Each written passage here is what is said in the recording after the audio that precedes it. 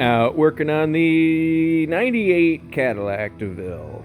Swapping out the headlight. The old one looked pretty crummy. So in order to do this, you're going to need a... what do we got here? Woo. Got an inverted Torx. This is in E8.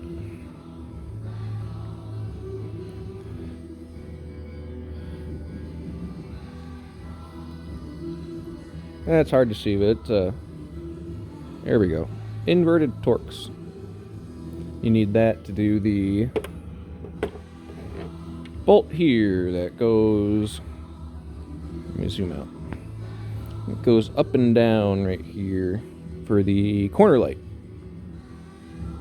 So that's fun. Good job, GM. Good job.